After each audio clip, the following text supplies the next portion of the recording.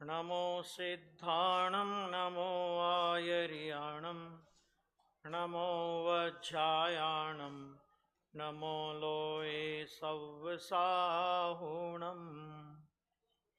मङ्गलं भगवान् वीरो मङ्गलं गौतमौगणी मङ्गलं कुन्दकुन्दार्यो जैनधर्मोऽस्तु मङ्गलम् सर्वमङ्गलमाङ्गल्यं सर्वकल्याणकारिकं प्रधानं सर्वधर्माणां जैनं जयतु शासनं जैनं जयतु शासनं सर्वव्यापैकचिद्रूप स्वरूपाय परात्मने सोपलब्धि प्रसिद्धाय ज्ञानानंदात्मने नमः।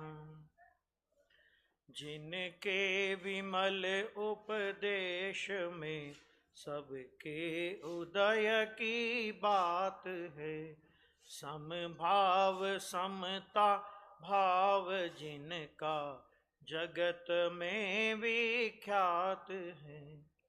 जिनने बताया जगत को प्रत्येक कण स्वाधीन है, करता न धरता कोई है, अणु अणु स्वयं में लीन है। आत्म बने परमात्मा हो, शांति सारे देश में। हे देश ना सर्वोदयी महावीर के संदेश में। पंच कल्याणक प्रतिष्ठा महोत्सव के पावन अवसर पर आज हम सभी लोगों ने भगवान का केवल ज्ञान कल्याणक महोत्सव मनाया है। आदि प्रभु विगत 10 दिनों से जिस आत्म स्वभाव की त्रैकाली ध्रुव कारण परमात्मा की आराधना कर रहे थे, इस भाव में उन्होंने उस आराधना की पूर्णता को प्राप्त किया और आराधना की पूर्णता के फल में उन्हें केवल ज्ञान की उपलब्धि हुई। केवल ज्ञान माने वास्तव में वो ज्ञान कि जिसमें सर्व आवरण दूर हो चुके हैं। और ये भी एक विशेषता है कि केवल ज्ञान होने के पहले संपूर्ण राग द्वेष का अभाव हो जाता है। अपने यहां पर भाव कर्म के 2 प्रकार माने गए हैं। एक अशुद्धता रूप भाव कर्म और दूसरा है अपूर्णता रूप भाव कर्म। कौन कौन से 2 भाव कर्म? एक अशुद्धता रूप और एक अपूर्णता रूप। ठीक है। मोह राग द्वेष ये अशुद्धता रूप भाव कर्म कहलाते हैं और ज्ञान दर्शन वीर्य की अपूर्णता ये आवरण रूप अथवा अपूर्णता रूप भाव कर्म कहलाते हैं। और इधर ये भाव कर्म हैं और उधर उन भाव कर्म के सामने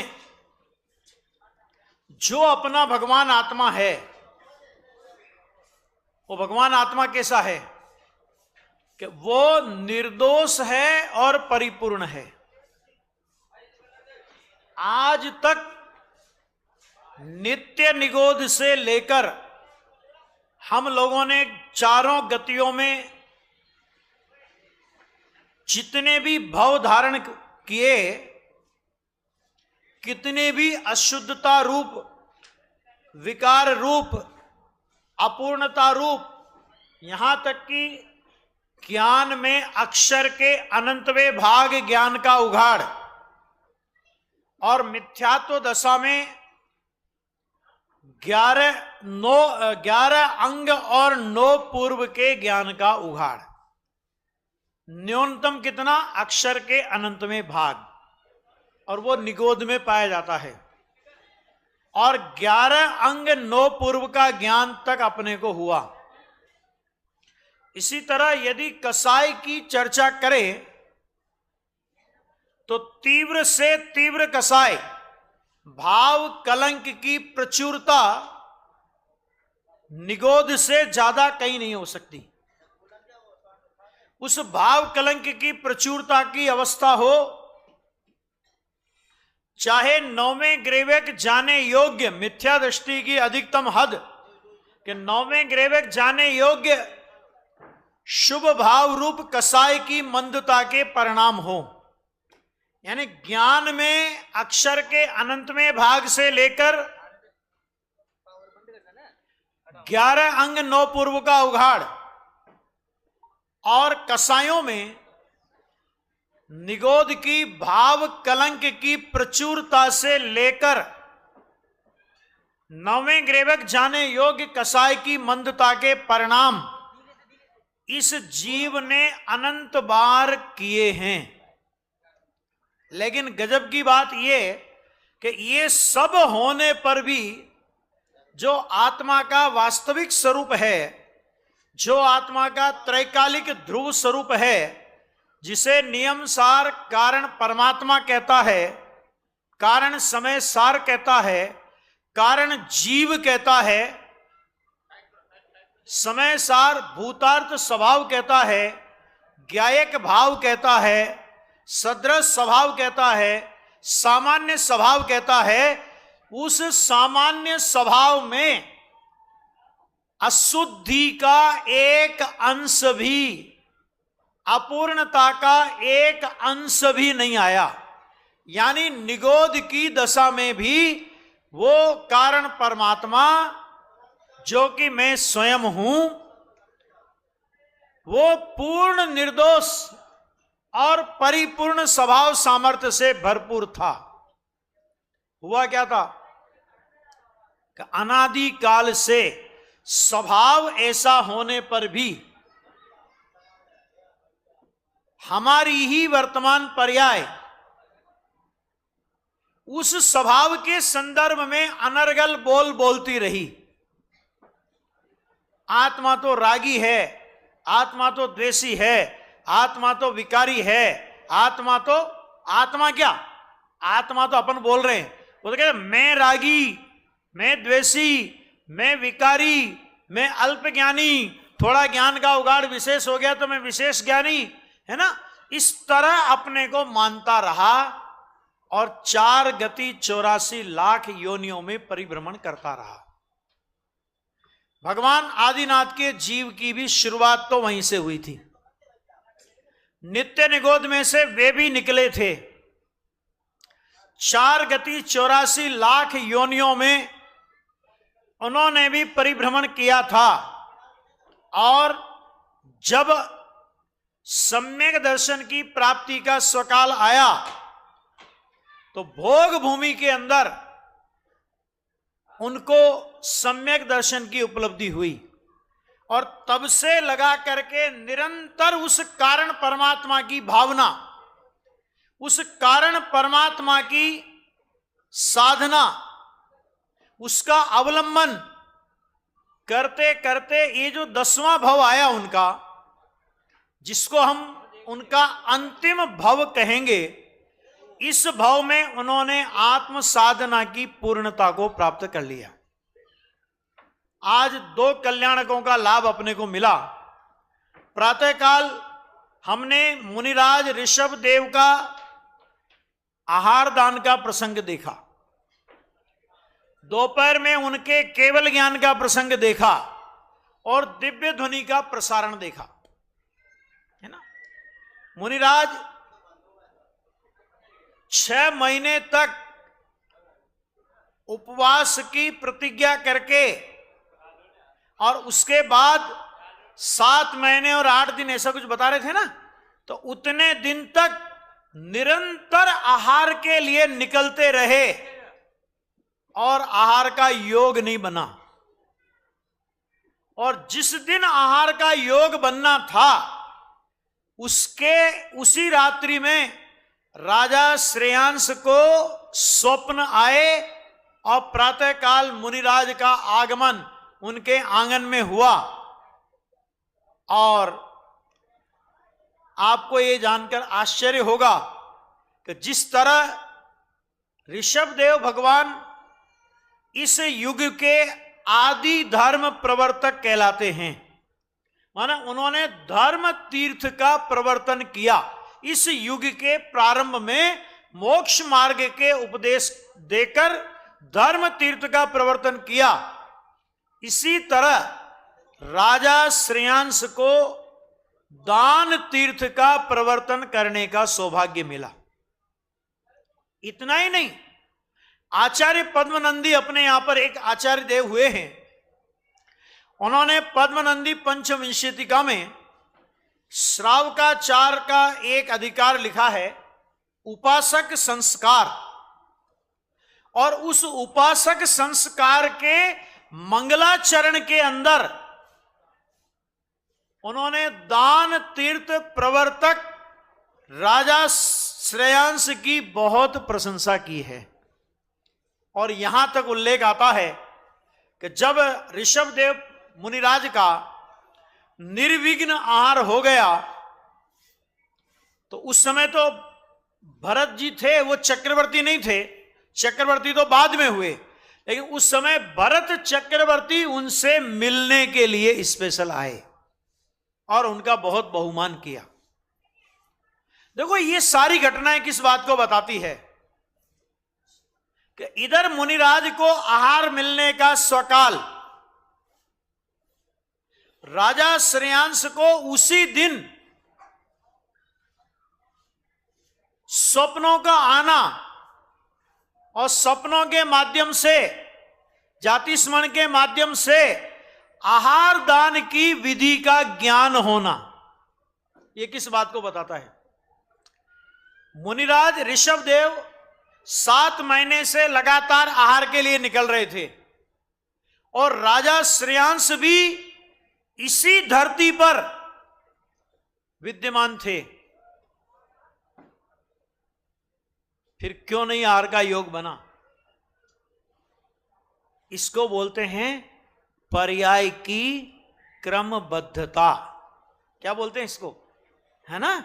ये आज का केवल ज्ञान का दिन है ना, तो आज का केवल ज्ञान का दिन तो पर्याय की क्रमबद्धता की चर्चा करने का दिन है वास्तव में, है ना?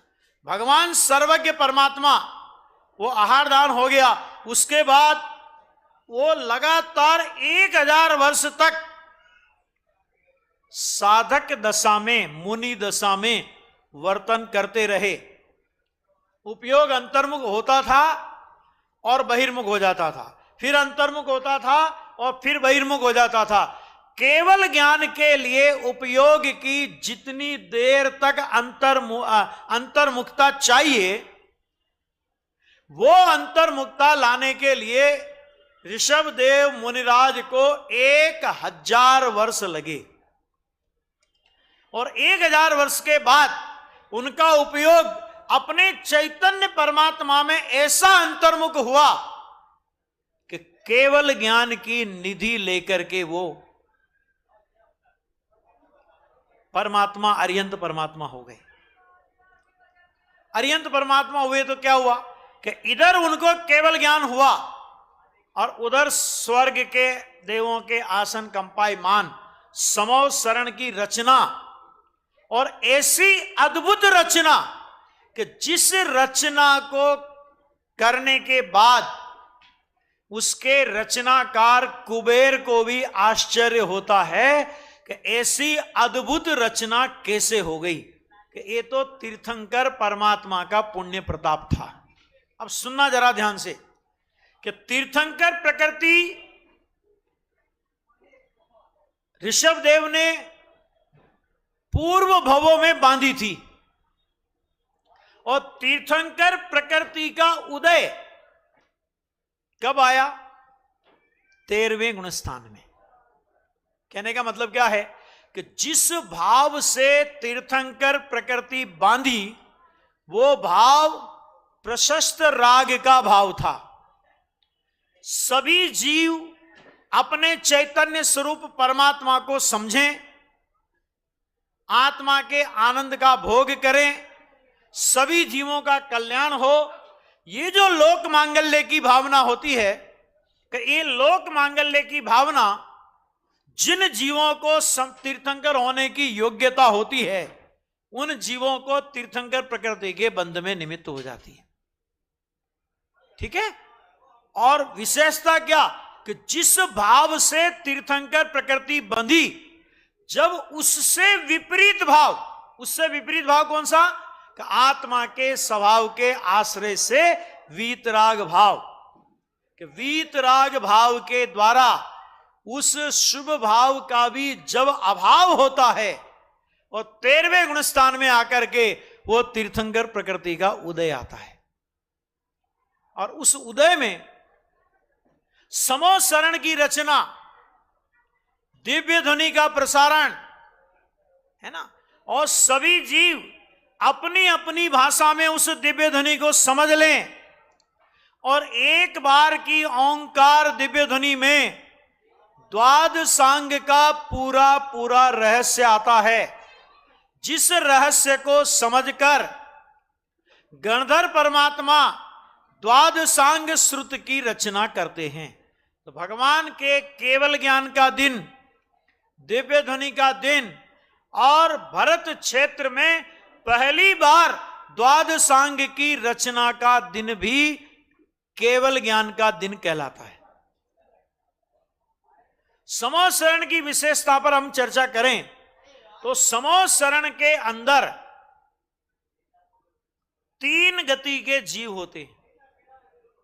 कौन कौन से 3 गति के जीव होते हैं? एक देव गति के जीव, एक मनुष्य गति के जीव, और एक त्रियंश गति के जीव। सांप और नेवला जाति विरोधी जीव, गाय और शेर जाति विरोधी जीव अपना वैर भाव भूलकर भगवान की दिव्य ध्वनि का रसास्वादन एक साथ करते हैं। समोसरण में कौन सी गति के जीव नहीं आते? बताओ। हाँ, नरक गति के नहीं आते हैं। ठीक है, आप बोल रहे हो, बराबर है। अब देखो, अब वर्तमान में तीर्थंकर परमात्मा का समोसरण तो होता नहीं है, तो उनके वियोग में उनकी प्रतिमा की स्थापना निक्षेप से स्थापना करके अपन जिन मंदिर में विराजमान करते हैं। ठीक है, तो एक प्रकार से पंचम काल में जो जिनेंद्र परमात्मा का मंदिर है वो समोसरण का प्रतीक है। और यदि हमें जिन मंदिर आने का भाव नहीं आता, भगवान की वाणी माने जिन वाणी सुनने का भाव नहीं आता, जिनेंद्र परमात्मा की भक्ति का भाव नहीं आता, तो अपन अपने परिणामों में समझ लें कि हम कौन सी गति के जीव कहलाने लायक हैं। सोच लेना भाई जरा। भगवान को आपकी भक्ति की कोई अपेक्षा नहीं है। ऐसा थोड़ी होता है कि भगवान के जिस दिन भगवान के दर्शन करने ज्यादा लोग आएंगे तो भगवान थोड़े प्रसन्न ज्यादा होंगे। भगवान को आपकी भक्ति की कोई आवश्यकता नहीं है, लेकिन भगवान की भक्ति करके, भगवान का दर्शन करके, भगवान की वाणी को श्रवण करके हम भगवान पर नहीं, अपनी आत्मा पर उपकार कर रहे हैं। ठीक है भैया, तो एक तो ये बात मुझे कहनी थी कि जिन मंदिर प्रतिदिन आना, दर्शन करना, भगवान की भक्ति करना, स्वाध्याय सुनना, ये हमारे श्रावक जीवन का दैनिक कर्तव्य है। और इसको अपने को पूरी तरह पंच कल्याणक में उत्साह होना अलग बात है, लेकिन ये उत्साह हमारा निरंतर बना रहे। हमारे जिन मंदिर हमारे दर्शनों की भीड़ से भरे रहें, हमारी भक्ति की आवाज से गूंजते रहें, और जिन मंदिर में जिनवाणी की लोरियां, अरे तू ही परमात्मा है, गुरुदेव श्री की भाषा में હું પરમાત્મા છું એમ નક્કી કર, હું પરમાત્મા છું એમ નિર્ણય કર, હું પરમાत्मा છું એમ अनुभव कर। ये परमात्मा स्वभाव को बताने वाली सिंह गर्जना हमारे मंदिरों में गूंजती रहे और मंदिरों के साथ साथ हमारे कानों में भी गूंजती रहे, ये हमारा उत्तरदायित्व है। यानी मैं खास तौर से इन नव युवक और नव युवतियों को कहना चाहता हूं कि हमारे बुजुर्ग लोगों को, हमारे वडील लोगों को हमें चिंता मुक्त कर देना है कि आप निर्विघ्न भाव से अपनी साधना और आराधना करिए। धर्म और धर्मायतन की चिंता करने की आपको कोई आवश्यकता नहीं है। क्यों? क्योंकि धर्म और धर्मायतनों को जीवंत बनाए रखने की जिम्मेदारी आज से हम अपने कंधों पर लेते हैं। बोलो, ये अपने को करना पड़ेगा, है ना? नहीं तो 5 दिन का उत्साह अलग होता है भैया, और इस बात को निभाना बहुत बड़ी बात है ना। अब देखिए, अब अपन थोड़ी चर्चा करते हैं तात्विक। भगवान को जब केवल ज्ञान हुआ उस दिन 3 घटनाएं एक साथ हुई थी। कौन कौन सी 3 घटनाएं? कि इधर ऋषभ देव परमात्मा को केवल ज्ञान हुआ, भरत जी को पुत्र रत्न की प्राप्ति हुई और उनकी आयुधशाला में चक्र रत्न की उत्पत्ति हुई। ठीक है, तीनों समाचार एक साथ मिले। पुत्र जन्म का महोत्सव मनाया,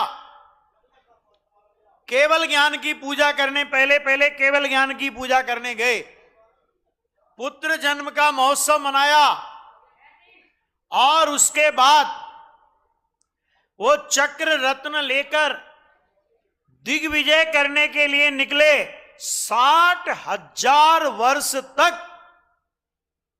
भरत चक्रवर्ती दिग्विजय के लिए निकले थे।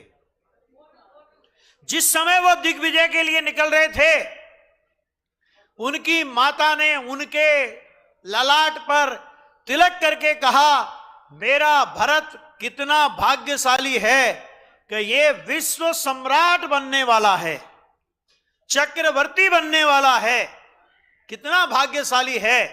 डॉक्टर साहब की एक कहानी में बहुत अच्छा उसका चित्रण किया है। उन्होंने कहा, माता जी आपको जो कहना है कह दो, लेकिन इस भरत को भाग्यशाली मत कहो। क्यों मत कहो? क्योंकि अरे अयोध्या नगर के वासी और भी पूरे देश के साधर्मी ऋषभ देव तीर्थंकर की दिव्य ध्वनि सुनने का लाभ, आत्मा की चर्चा सुनने का लाभ ले रहे होंगे, और उस समय तुम्हारा यह अभागा भरत, क्या बोलिए वो, कि तुम्हारा यह अभागा भरत साम दाम दंड भेद की राजनीति करता होगा। कुछ भी कहो, लेकिन कम से कम भाग्यशाली तो मत कहो। देखो, ज्ञानी धर्मात्मा की अंतर परिणति कोई अलग प्रकार की होती है। पुण्य के उदय से जो पुण्य रूप अपराध पूर्व भाव में किया, उसके फल में चक्रवर्ती पद मिला। तो ज्ञानी चक्रवर्ती पद को पुण्य रूपी अपराध का फल मानते हैं कि हमने गलती की, हम शुभ भाव में आ गए, इसलिए पुण्य चक्रवर्ती का पद हमको मिल गया। तो जिसको अपराध का फल माने उसे भोगते नहीं हैं, उसे वास्तव में ज्ञानी भुगतते हैं। क्या कहा? भोगते नहीं है। अपने को तो क्या मजा आता है जब चक्रवर्ती का वैभव का वर्णन सुनते हैं ना, कि इतना वैभव, 96,000 रानियां, इतने 96 करोड़ सैनिक, इतने गांव, इतने मुकुटबद्ध राजा, तो अपने मुंह में पानी आ जाता है। भाई भरत चक्रवर्ती जैसा एक आध खंड भी अपने को मिल जाए, क्या आता है भाव? एक आध खंड। लेकिन देखो जिनागम कि इतना सब वैभव होने के बाद भी उन चक्रवर्ती की निर्लिप्तता कितनी थी, सुनना जरा। और इसका बहुत बड़ा प्रमाण है कि इधर उन्होंने मुनि दशा अंगीकार की और एक अंतर्मुहूर्त के अंदर केवल ज्ञान की प्राप्ति कर ली, है ना। इसलिए वो भजन आता है, भरत जी घर में ही वैरागी। अब ये बात सुनी तो एक होता है, सभी तरह के लोग होते हैं, तो अच्छा ये भरत जी घर में वैरागी, सहन नहीं हुआ उसे। उसने कहा जी काय के वैरागी, इतने वैभव के बीच रहते हैं, ऐसा गरिष्ठ भोजन करते हैं। अभी वो सारी कथा में नहीं सुना रहा आपको कि इतना गरिष्ठ भोजन, इतना ये इतना ये इतना ये, काय के वैरागी। और चक्रवर्ती की सुनने की क्षमता बहुत होती है, तो वो बात चक्रवर्ती के कान में आ गई। दूसरे दिन उनने उसको बुला लिया, आ बेटा। फिर क्या कहा, आज हम आपको हमारा सारा वैभव दिखाएंगे, और साथ में दे दिया एक तेल का कटोरा भरकर। उनने कहा सारा महल देखना, सारा हमारा वैभव देखना, लेकिन एक बात का ध्यान रखना, तेल की कटोरी में से एक बूंद भी अगर नीचे गिर गई तो साथ में ये दो तलवार, नंगी तलवार लेकर के दो सिपाही चल रहे हैं, ये तुम्हें सारा वैभव दिखाएंगे, लेकिन तेल की अगर एक बूंद नीचे गिर गई तो फिर तेल की बूंद ही नहीं गिरेगी, और भी कुछ गिरेगा। समझ लेना क्या गिरेगा। अब भाई साहब वो सारा वैभव देखता है, परिचय देते जाते हैं, अब उसकी नजर तो तेल के कटोरे से हटा ही नहीं। शाम को हाँपता हाँपता हाँपता हाँपता देखता देख सब आया कि साहब देख लिया, कहां साहब देख लिया, कैसा लगा, कि साहब लगने की बात कर रहे हो, हमारी नजर तो किस पर थी, इस तेल के कटोरे पर थी। तो क्या देखा तुमने, कि बस हमने तो तेल का कटोरा देखा कि एक बूंद अगर नीचे गिर गई, ठीक है।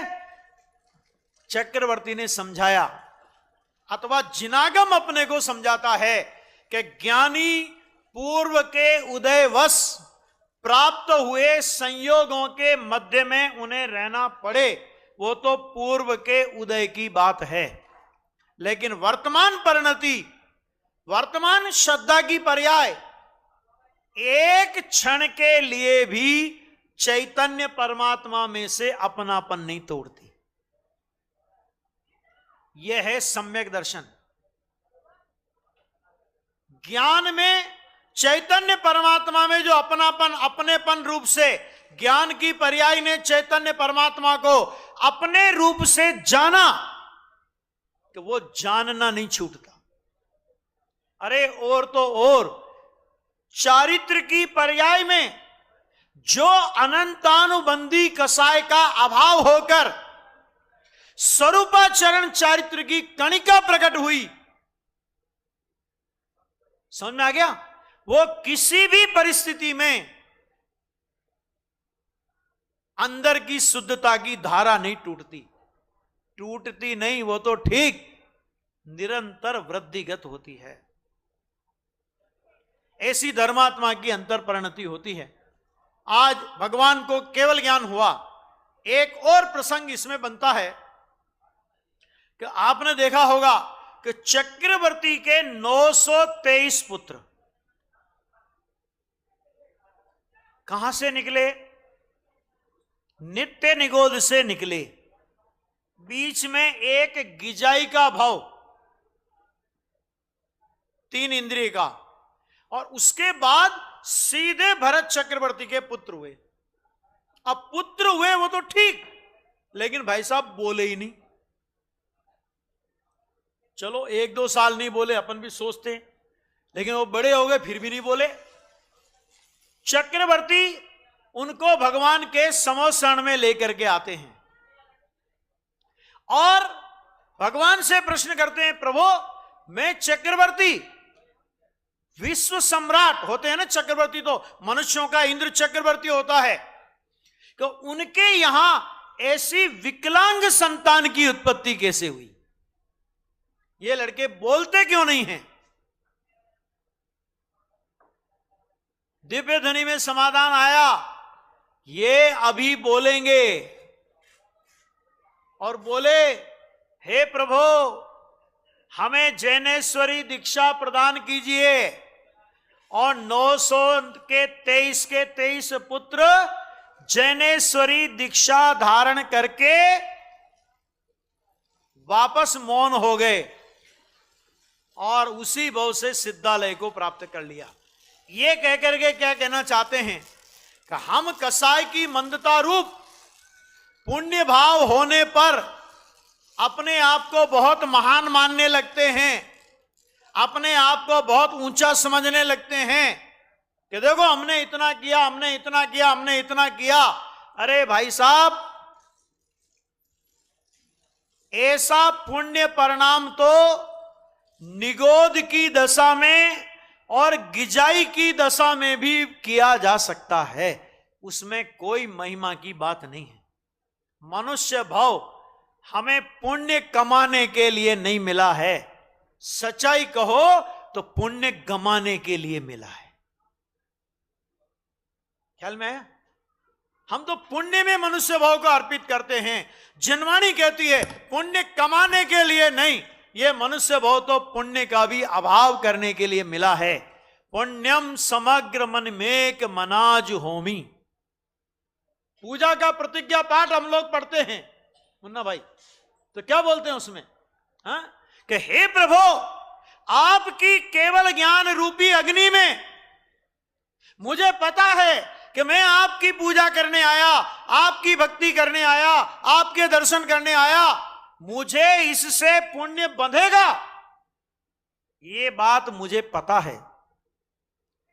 लेकिन मैं आपकी केवल ज्ञान रूपी अग्नि में अपने समस्त पुण्य को होम करता हूं। अरे वीतराग का भक्त पुण्य का भिखारी नहीं होता। सच्चाई यह है कि वीतराग भक्त का सानिध्य पाकर पुण्य धन्य होता है। क्या कहा? समझ आ रही बात? वीतराग भक्त का सानिध्य पाकर पुण्य धन्य होता है, पुण्य को पाकर वीतराग का भक्त धन्य नहीं होता। महिमा ही नहीं आती उसको। विचार करो जरा, काय के लिए मनुष्य वो मिला। और आगे बढ़ो, बहुत सारी घटनाएं हुई है कि जब ऋषभदेव भगवान का समोसन लगा था, क्रमबद्ध पर्याय भी आना है ना अपने को, तो समोसन लगा और वहां किसी ने प्रश्न कर दिया, प्रभु आपके जैसा धर्म तीर्थ का प्रवर्तन करने वाला कोई जीव इस समोसरण में अभी विराजमान है क्या? सुनो गजब की बात। ऋषभदेव भगवान की दिव्य ध्वनि में समाधान आया, भरत के मन समाधान आया कि ये जो भरत चक्रवर्ती का पुत्र है, कौन? मारीची कुमार, जिन्होंने ऋषभदेव के साथ दीक्षा ली थी। 4000 राजाओं में दीक्षा लेने वाला यह भी था कि ये जो मारीची कुमार है, कि ये मारीची कुमार 24वां तीर्थंकर बनेगा। बोलो भाई साहब, अगर कोई तीर्थंकर अपने तीर्थंकर होने की घोषणा करे तो कलकत्ता में आप लड्डू बंटवाओगे कि नहीं बंटवाओगे? कह रहे मोक्ष जाने की घोषणा हो गई मेरी तो है, लेकिन पता है उल्टा हो गया, वहां रिएक्शन हो गया। अच्छा दादाजी पहले और मैं 24वां, नहीं चलेगा। है ना, और उन्होंने इनकलाब जिंदाबाद कर दिया वहां पर। समझ में? क्या कर दिया? दादाजी के खिलाफ इनकलाब जिंदाबाद। मैं पहला तीर्थंकर बन के मोक्ष जाऊंगा, और भगवान के समो शरण में, समो शरण से बाहर निकलकर भगवान तीर्थंकर के विरुद्ध 363 पाखंड मत चलाए। बहुत लोगों को बहुत आंदोलित होते हैं लोग, ये बात सुनकर के बड़े आंदोलित होते हैं। कैसा पोता था, कम से कम आदिनाथ का विरोध तो नहीं करना चाहिए, भरत चक्रवर्ती का बेटा आदिनाथ का विरोध तो नहीं करना चाहिए, सारा परिवार मोक्ष मार्गी, आदिनाथ का विरोध तो नहीं करना चाहिए। लेकिन मैं आपसे पूछता हूं कि उनको 24वां तीर्थंकर होना है, यह बात तो नक्की, उसमें तो कोई हेरफेर नहीं होना। और भाई साहब 24वां तीर्थंकर होने में कितना काल बाकी था पंडित जी साहब, कितना काल बाकी था? अरे आपको पता है आदिनाथ भगवान तीसरे काल में हो गए थे, हुंडाव सर्पणी काल के प्रभाव से।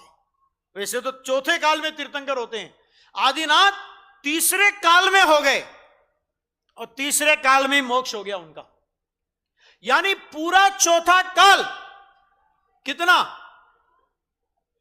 42,000 वर्ष कम, एक कोड़ा कोड़ी सागर। अब बताओ कि त्रस पर्याय की स्थिति कितनी? बोलो बोलो बोलो, सब आप पढ़े लिखे हो, सबको याद है कि त्रस पर्याय की स्थिति 2000 सागर। 2000 सागर बड़े हैं या कोड़ा कोड़ी सागर बड़ा है? बोलो कौन बड़ा है? करोड़ में करोड़ का गुणा करो तो कोड़ा कोड़ी सागर बड़ा है कि 2000 सागर बड़ा है? कोड़ा कोड़ी सागर बड़ा है ना। और 2000 सागर से ज्यादा की त्रस पर्याय किसी को मिलती नहीं। या तो वो जाएगा मोक्ष में, और या तो वो जाएगा निगोद में, और वो भी अधिकतम है 2000 सागर की मिलेगी ही, इस बात की गारंटी नहीं है। क्यों? क्योंकि भाई साहब समझो, अपन सब लोग जमानत पर छूटे हुए लोग हैं। खाई पे छूटे अपन लोग जमानत पर, निगोद से जमानत पर निकले हुए हैं कि 2000 सागर में या तो अपना ठिकाना मोक्ष ढूंढ लेना, और अगर नहीं ढूंढा तो फिर क्या होगा कि वापस यहीं मिलोगे। और अगर ध्यान रखना कि 2000 सागर में भी अगर ज्यादा गड़बड़ की तो उसके पहले भी बुला लिया जाएगा। क्यों भैया, ऐसा क्यों हो सकता है कि मान लो मजिस्ट्रेट ने किसी कैदी को जमानत दी, जमानत देने के बाद उसको पुलिस जेलर छोड़ने गया, वहां एक पत्थर पड़ा था, उस पत्थर को उठाया और उस पत्थर को उठाकर उस जेलर को मार दिया। अब जमानत का क्या होगा? क्या होगा? जमानत होगी कि जेल में? जेलर को मारना है ना। तो इसी तरह हम निकले 2000 सागर के लिए, 2000 सागर की तरस पर्याय, लेकिन ध्यान देना तीव्र मिथ्यात्व का सेवन किया, गृहीत मिथ्यात्व का सेवन किया, तीव्र मिथ्यात्व का सेवन किया, 2000 सागर से पहले भी नंबर आ सकता है। तो अब ये जब उनका 24वां तीर्थंकर होना नक्की था, तो ये बताओ कि बीच की पर्याय नक्की थी या नहीं थी? और 2000 सागर की त्रस पर्याय यदि है तो उनको 2000 सागर की त्रस पर्याय के बाद कहां जाना पड़ेगा? क्योंकि मोक्ष तो 24वां तीर्थंकर होके जाएंगे। कहां जाना पड़ेगा? बोलो। निगोद। तो निगोद जाना पड़ेगा। तो सम्यक दर्शन प्राप्त करेंगे तो जाना पड़ेगा, या मिथ्या दर्शन दृढ़ करेंगे? आग्रहित ही नहीं, ग्रहित में भी आ जाएंगे तब जाना पड़ेगा। नक्की कर लो। इसलिए तीर्थंकर परमात्मा का विरोध, पाखंड मतों की प्रवृत्ति, मिथ्यात्व का सेवन, वो सब उनकी पर्यायों के क्रमबद्ध परिणमन में सहज था। लेकिन अपन लोग तो बड़े अधीर हैं। वो कहते भाई साहब भरत चक्रवर्ती को एक बार तो समझाना चाहिए था। 6 खंड में विजय प्राप्त करके आ गया और अपने बेटे को नहीं समझा पाया कि एक बात ध्यान रखो कोई किसी के समझाने से समझता नहीं है। जब भी समझता है अपने आप से समझता है। और इससे तो हमें वस्तु स्वतंत्रता का महान सिद्धांत समझने योग्य है, पर्याय की योग्यता समझने योग्य है, निमित्त उपादान की स्वतंत्रता समझने योग्य है। देखो, पूरा परिवार मोक्ष मार्ग की साधना कर रहा था। दादाजी तीर्थंकर,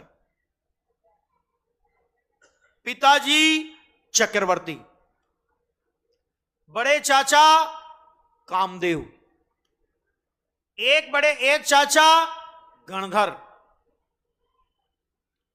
दोनों बुआ ब्राह्मी और सुंदरी आर्यका की सभा में प्रमुख गणनी।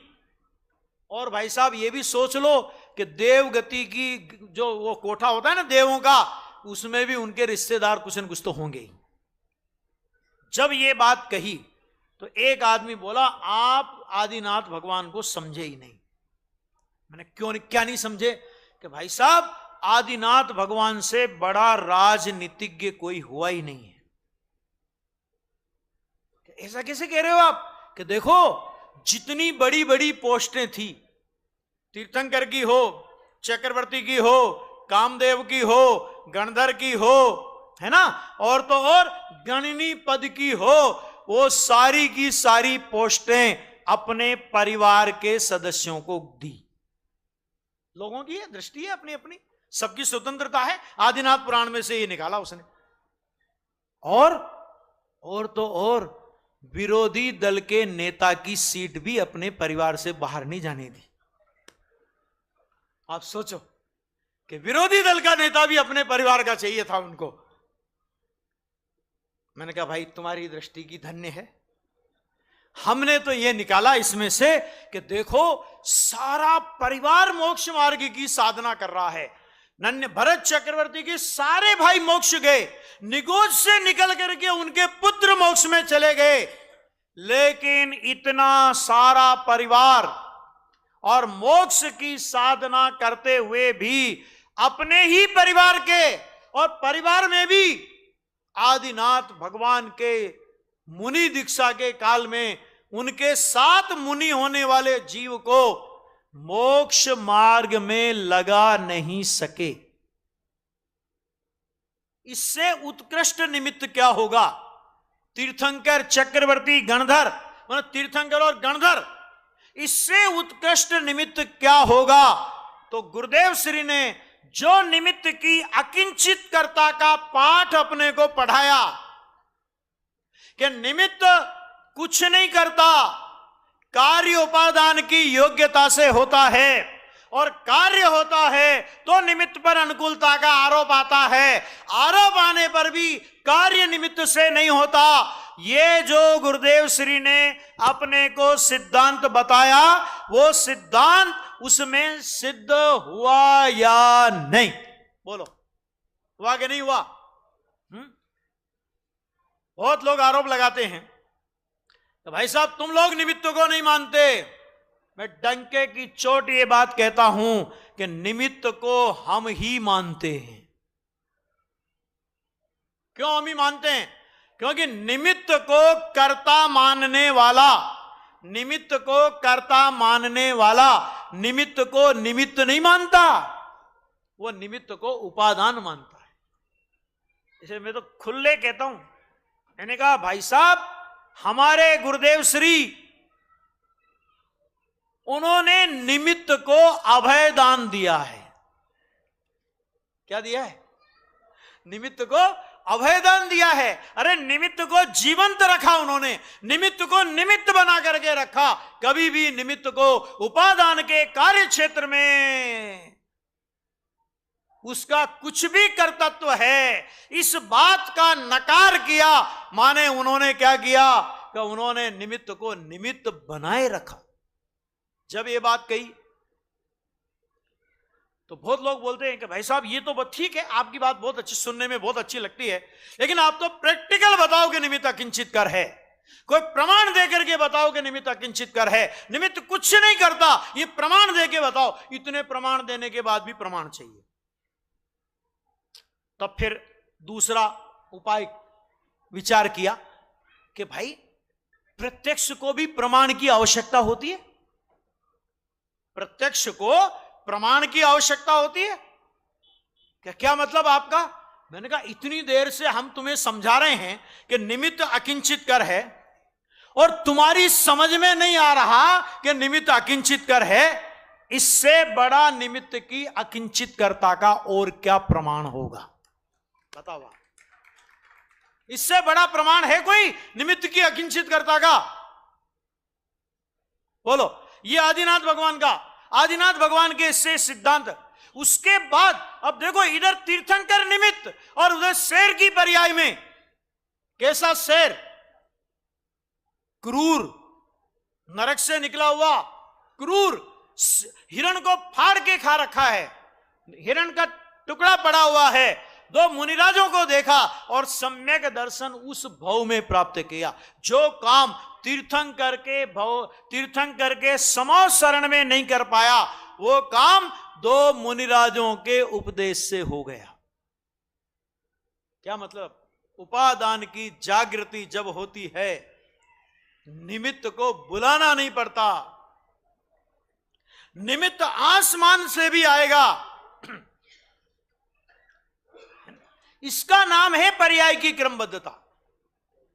क्रमबद्ध माने क्या है? क्रमबद्ध का मतलब क्या? कि पर्याय की व्यवस्था क्या है? उस पर्याय की व्यवस्था का नाम क्रमबद्ध पर्याय है। एक उदाहरण देकर के अपनी बात पूरी करता हूं कि इसी बात को अपन नेमिनाथ के समोषण में चलें। एक उदाहरण से भी आपको क्रमबद्ध पर्याय सटीक समझ में आ जाएगी। कि नेमिनाथ से पूछा कि साहब ये द्वारिका ऐसी रहेगी, कृष्ण की मृत्यु? तो दोनों बता दिए 12 साल बाद ये जलेगी, और उसके फलाने कौन सा था, जरद कुमार के बाण से कृष्ण की मृत्यु होगी। द्विपायन मुनि का निमित्त होगा। द्विपायन मुनि ने सोचा कि मैं 12 वर्ष तक द्वारिका में आऊंगा ही नहीं। भाई साहब द्वारिका छोड़ के चले गए।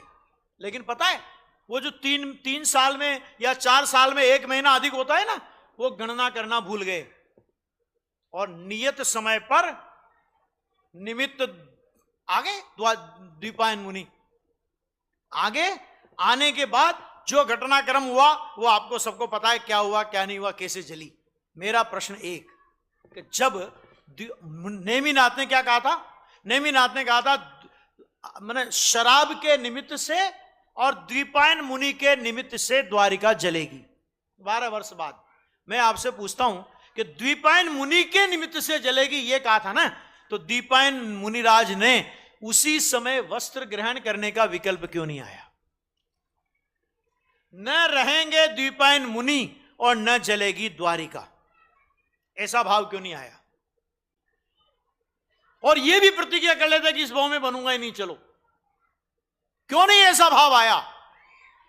भाई साहब, पर्याय का क्रमबद्ध परिणमन, पर्याय का व्यवस्थित परिणमन, और व्यवस्थित परिणमन में निमित्त की व्यवस्थितता, वो सब कुछ खचित है।